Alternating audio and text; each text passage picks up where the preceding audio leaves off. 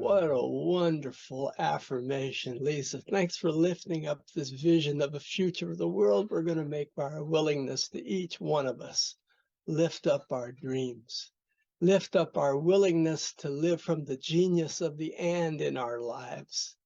And now that you've taken us into this bold future by grounding us into the present, I'd like to take us to the past, to once upon a time, long, long ago and far, far away, or maybe not that long ago in a place not that far away, where an earnest young man named Abdul went out into the world seeking enlightenment, seeking peace that he hadn't found in his little village. He traveled far and wide and studied with this teacher and that without finding what he sought. And then he was directed to the home of a wise and wealthy sage who he sought an audience with. And when he was admitted to the chamber of the master was still eating his breakfast. And Abdul genuflected with gratitude. "Thank you for seeing me, sir. I've come to seek enlightenment. I've traveled." And he went on and on with the story of all that he'd done. And the master just listened and quietly picked up a clean spoon and put it in a bowl of mustard seeds, then offered the spoonful of tiny mustard seeds to Abdul and said, "Welcome. Now, take good care of these seeds. I'm busy this morning with some other matters, but I can see you at noon. Feel free to wander around my home, eat what you wish, read what you wish, do what you wish, make yourself comfortable, and then come back to see me when you hear the noon bell ring." Now, Abdul had this little spoonful of seeds he was very careful with, and he was a little disappointed that he'd been sent away with just a spoonful of seeds when he was looking for the meaning of life and enlightenment. But he went down the hall short ways and sat and meditated and very carefully held the spoonful of seeds until he heard the noon bell ring, and went back to the master and said, "Master, here are your seeds. Please, I'm seeking the meaning of life and the key to enlightenment." And the master said, "Very well. Good job with the seeds. But tell me, what else did you see in my home this morning? What did you read or eat or do?" And Abdul said, "Well, I'm sorry. Mostly I just watched your seeds. I wanted to be sure to get them all back to you." The master said, "Very well. You've done well. Now, I've got some things to do this afternoon. Perhaps we can visit this evening at sunset. Continue to take good care of these seeds, and please make yourself comfortable in my home." Well, Abdul was really disappointed. Again, nothing but the seeds. He was seeking the meaning of life.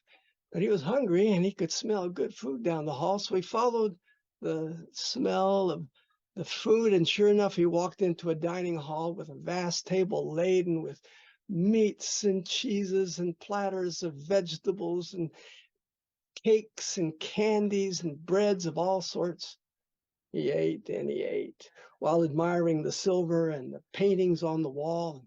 After he'd eaten his fill, he went out into the courtyard and he saw exotic trees and plants and birds of all sorts, and walked into the library, which was filled with hundreds of books and scrolls from all over the world. He was a scholar, so Abdul sat right down to the books and started reading. And next thing he noticed, it was getting kind of dark. Oh my goodness, sunset. And he realized it was time to go see the master. But where were his seeds?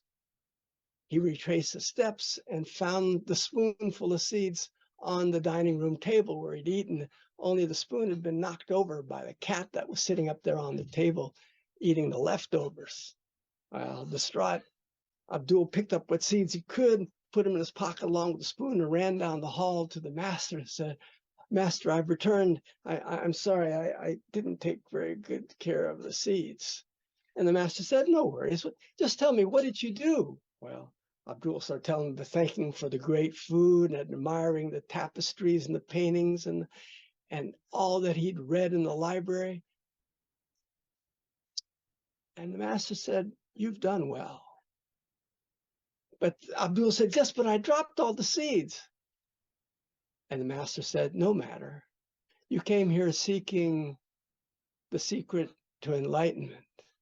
And here's one.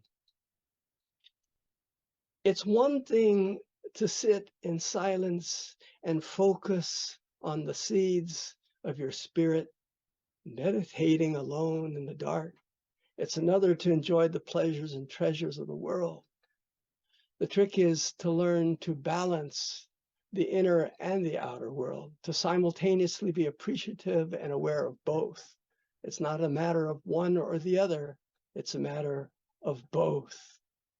And now, go in peace and spread the balance as you learn it. So as we reflect on the genius of the and this morning, our task is to explore and express ways to untap that inner genius and lock some of the many possibilities that emerge as we release ourselves from the bondage of either or world thinking into the both and, into the power of and, knowing that we can trust our inner genius, genius coming from the Latin word for the inner spirit that guards us through our lives and helps us unfold ourselves. Just the genius comes from the same word as gene, the human genome, those parts of your chromosome that help you become who you are by heredity, help unfold a life. So too, genius meant that until the 1950s, early 1960s, it became common in American English to refer to genius as the Albert Einsteins and the Picassos of the world, those unusual individuals with unusual talents. Whereas the original meaning of the word genius is that indwelling spirit guiding us to manifest in the world. So can we trust the genius of and being a really simple but very powerful word?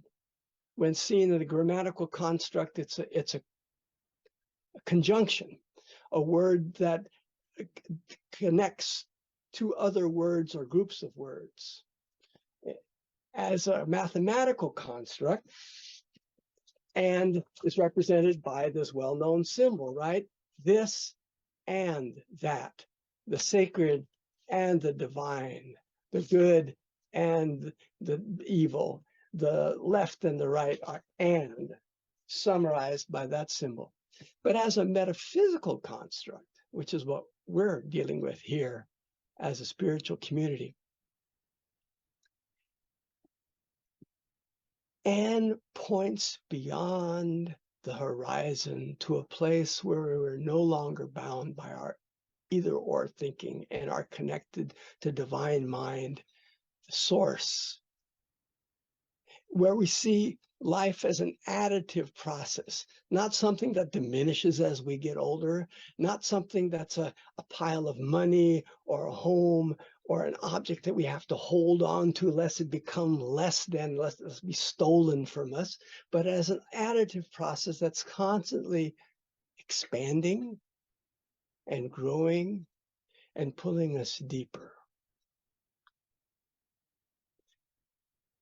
We live under what some have called the tyranny of the either or consciousness, which is dominant in what I call our dominator culture. In sociological terms, is a dominant culture. But in spiritual terms, I think of it as a dominator culture we live in, where we're meant to dominate the world and dominate each other and dominate our competitors. And that way of thinking asks us to constantly judge us versus them, winners versus losers, black versus white, right or wrong. The list goes on and on. And of course, judgments have their value. Judgments are necessary in some constructs.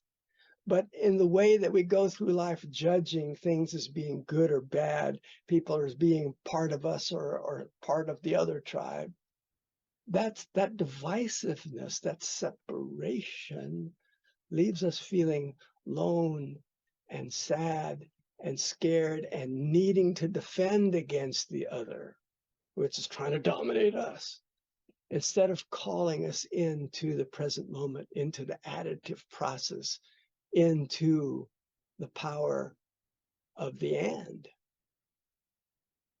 One of my earliest spiritual mentors, Dr. Leslie Pugh, introduced me early on in my spiritual studies to the concept of the divine dialectic, or the ability to hold a dynamic tension between two seemingly opposite ideas that are speaking to us at once. Dialectic, two things talking at once. And rather than feel diminished by that tension, feel empowered by it. So example, instead of feeling saddened between the distance of the dream life that Lisa sang so beautifully about, the dream vision of us all living in freedom and expression, and feeling sad because we're still stuck in war and climate change and the political candidates, instead of seeing the distance from here to there as obstacle, see it as a source of dynamic tension. Let me put it this way.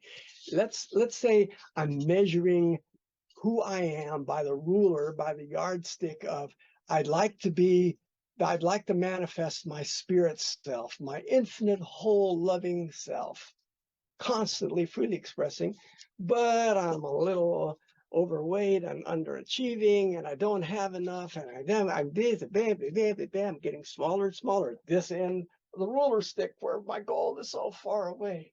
Instead of seeing that the two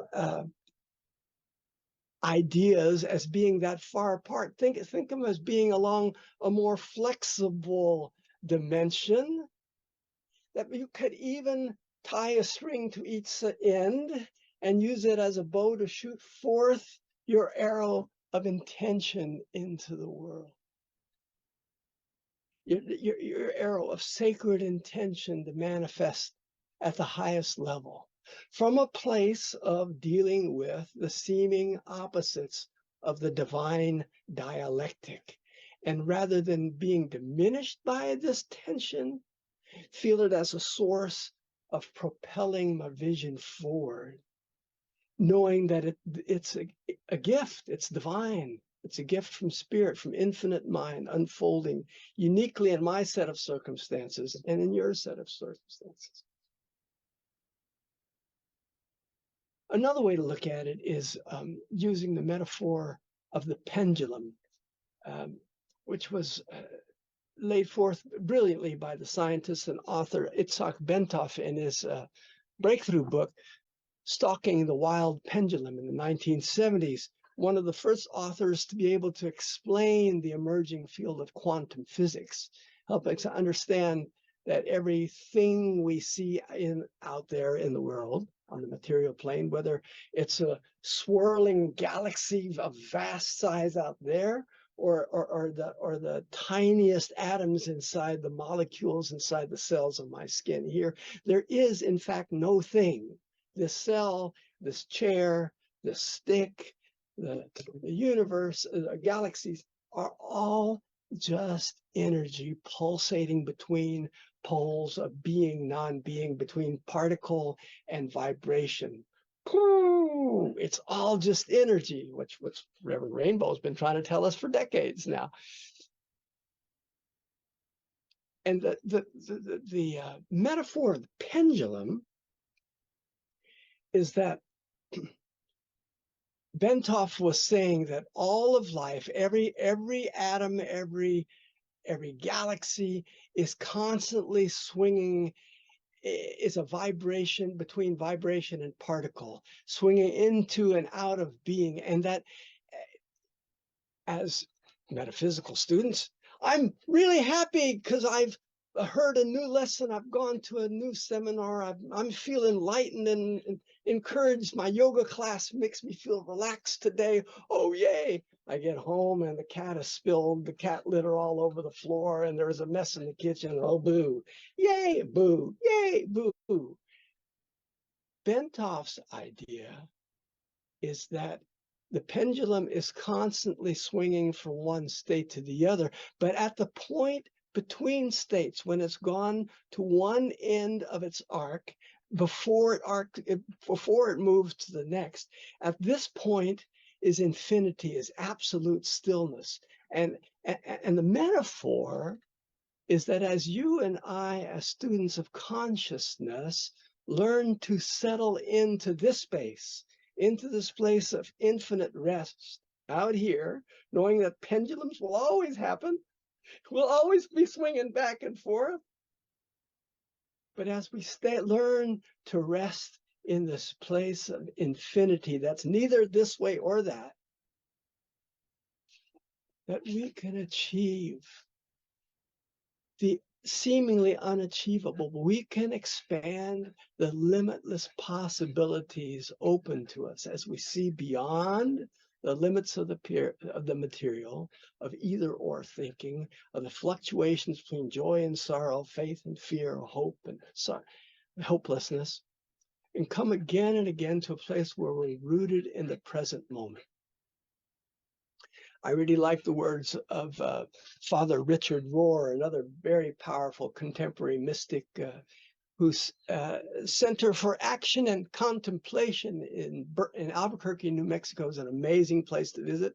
It's not that far from Austin, I'm just saying. Father Richard likes to point out that the Center for Action and Contemplation does important work, and the most important part of the work is the word "and." Because contemplation by itself, as powerful as it can be, is useless without action, is lifeless without taking action. But action without contemplation can be fruitless, can be done out of place of ego, no matter how well-intentioned. Action without contemplation leads to more separation and stress in the world rather than real fruitful action. And it is in the combination of contemplation and action, the and,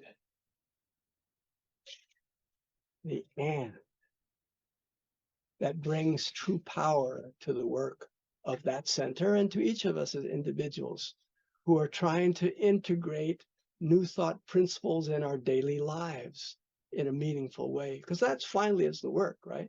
What good is it to have knowledge? What good is it to be like me, all wound up with enthusiastic good words? I'm getting so excited. If I can't sink beneath the words and come to a place of rest and contemplation from which action, fruitful action, can unfold in a meaningful way. Of course, it's much easier said than done, no doubt about it. But that's no less important reason to do the work and to keep doing the work and keep showing up. It's all the more reason to be part of a spiritual community like this valuable, sacred community, Austin Center for Spiritual Living. But whether you belong to that group or to a satsang or an ashram or whatever, having a spiritual community to lift you up and to remind us again and again to be gentle with ourselves, to let ourselves feel rattled and swung around on the pendulum, just let ourselves feel straight-laced by the rules and rulers of our lives, and still come back again and again to a place of sacred intention where we can live from the genius of the end, the additive process that asks us, invites us to be more. Not that we're less now, not that it's either or, but called into the moreness, you and I, not as an escape from lessness, not as a place of judging anyone or anything else. I know for myself, a practical challenge for me this last couple of weeks, I fractured my kneecap, and I've been walking around with a cane and a Velcro cast on my leg all day long, and looking and acting, being treated like an old man, and the walking around slowly and struggling and feeling like I'm a victim of something. And time and again, I have to remember, I am walking. I am alive. I'm empowered. This is a temporary state. My kneecap is healing, and in a few weeks, this cast will be gone and stuck in the back of a closet, and I'll be walking and running like usual. It's not either or, but in that place of dynamic tension, I can right now feel what a gift it is to have my kneecap make me slow down, spend more time resting, less time zooming around, and just being where I am. So I'd like to revisit that quote that Gene read earlier from Sam Keen. A reminder that you'll be disappointed if you expect that a spiritual quest will lead to a certainty and possession of a truth, the whole truth, and nothing but the truth. Doubt and dialogue will always be with us. So yes, this idea of the and, of expansion, of living beyond judgment is wonderful and can seem overwhelming, but it's not either or. The doubt and dialogue will always be with us. You'll always be disappointed in yourself and always have the opportunity to remember, oh, I don't have to do it by myself. I can open up to the infinite mind, to the indwelling spirit light, and keep shining. As Rumi said, out beyond our ideas of wrongdoing and right doing, there is a field. I'll meet you there. When the soul lies down in that grass, the world is too full to talk about. So from that place, I invite you to join me in a time of meditation, contemplation, reflection. I begin with the affirmation that I use my genius to find the potential and possibility available to me. Won't you repeat that with me? I use my genius to find the potential and possibility available to me. And then go within. Once again. I use my genius to find the potential and possibility available to me. In the silence, in the space beyond effort, in the space beyond willpower and planning and organizing. There is a divine and seeking to magnify and multiply all that I have, all that I am, and all that I am becoming.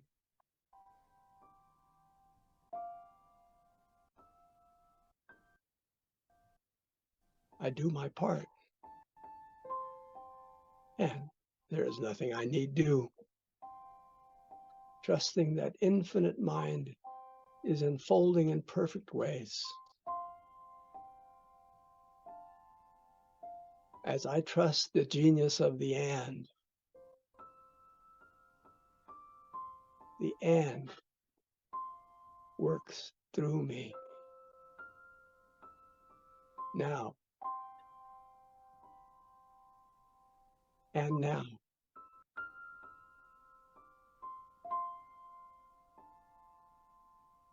And now. Each moment afresh.